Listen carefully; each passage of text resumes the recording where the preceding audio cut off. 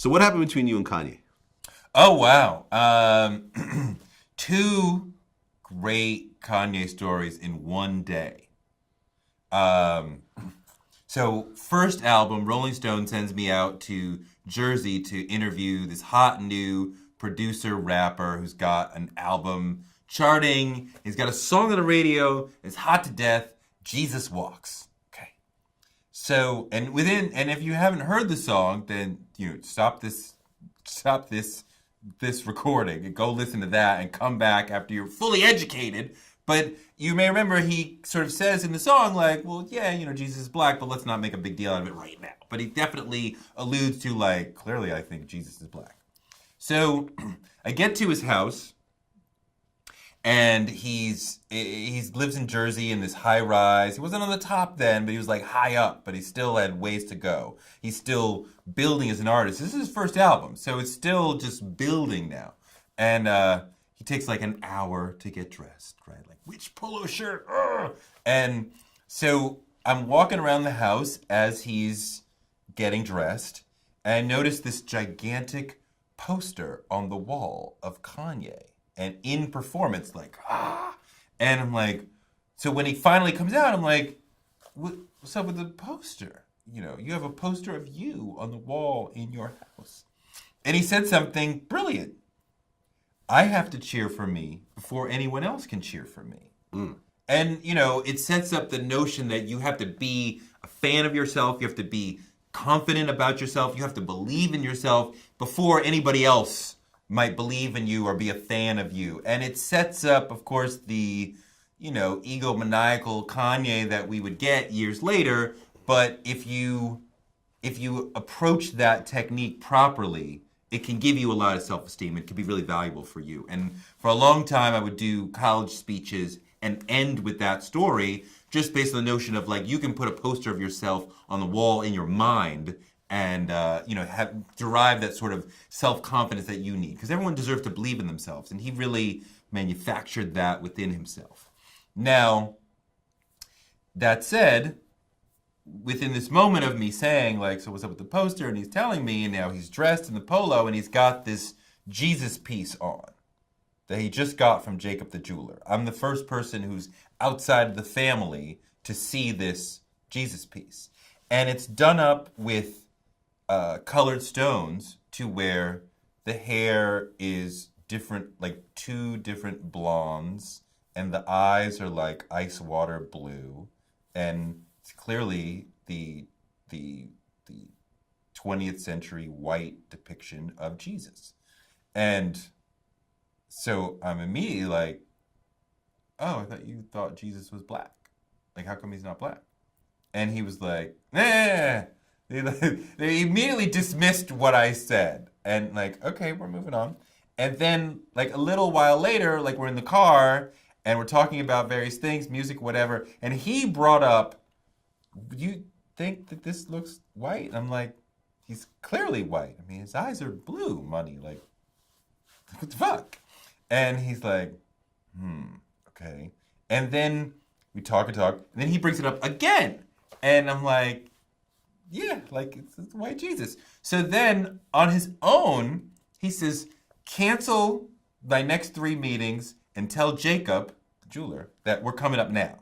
So we divert and we go to Jacob the jeweler's. And Jacob is, Jacob was lovely and he's, here to please. And he's like, bring out all the colored stones. Because Kanye has it in his mind that we're going to change stones in this piece right now today so it looks like a black Jesus. But it doesn't really work like that. The nose is straight. There's just other, you can't just like pull out and make it look, black. And he's like, okay, I got to come back and do another one that looks like a black Jesus. Like, we'll come back to, and Kanye, and Jacob's like, yes, absolutely, great, anytime. So we're back in the car, and now he's like, what am I going to say? He's like, I'll call it Grandma's Jesus. I'm like, money, whatever. Like, whatever. So we go through our day. There was a poetry slam that he was a judge of, and he was very supportive of that and whatever. And then that night, there's a performance at Keene College in New Jersey. And his Maybach pulls up in the back of Keene College. I mean, he's going to perform for like 500 college kids, maybe not even 500, right? It's like, he's just building. And he sees like 30 yards away, oh, there's Jay's Maybach. Like, oh, wow, Jay came to see me before. I'm like, let me see what's good. So he goes over and jumps in the front seat of Jay-Z's Maybach. Now, at this point, I've done 4, 5, 6 interviews with Jay-Z. Like, I know dude. He knows me. I know him. Like, we have hung out in the Hamptons. Like, I know him. Kanye and Jay-Z are talking. I'm not missing this. I'm here to do story. Like, this is gold. So I'm like right after Kanye, and like Kanye's sitting in the front seat, like leaning through like the middle part. I'm in through the back window, like Jay's like right there. I'm like the little kid on the block, like, what's up, Jay? What's up? Like, I'm not missing. I gotta hear this. What's it? So it's Jay and this female executive who everybody knows, right? You're not in the business, you wouldn't know her, but everyone. So Kanye's like, what do you think of my piece? What do you think of my chain? And Jay's like, oh yeah, that's what's up. And the chick is like, oh yeah, that's cool. And I said, yo, it's white Jesus. Just instigating.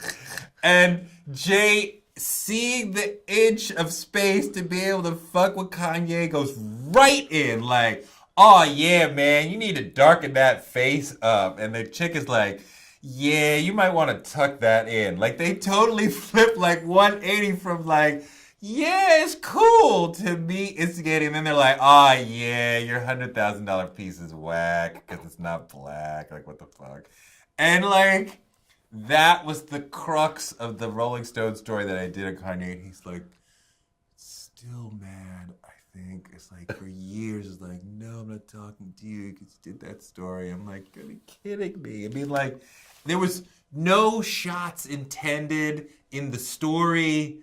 It's not meant to make him look bad. I think he, made a bad choice in getting a Caucasian-looking Christ. And he could have, but his rebel heart was like, as soon as I pointed it out to him, he was like, yeah, you know what? Like, I should get a black Jesus.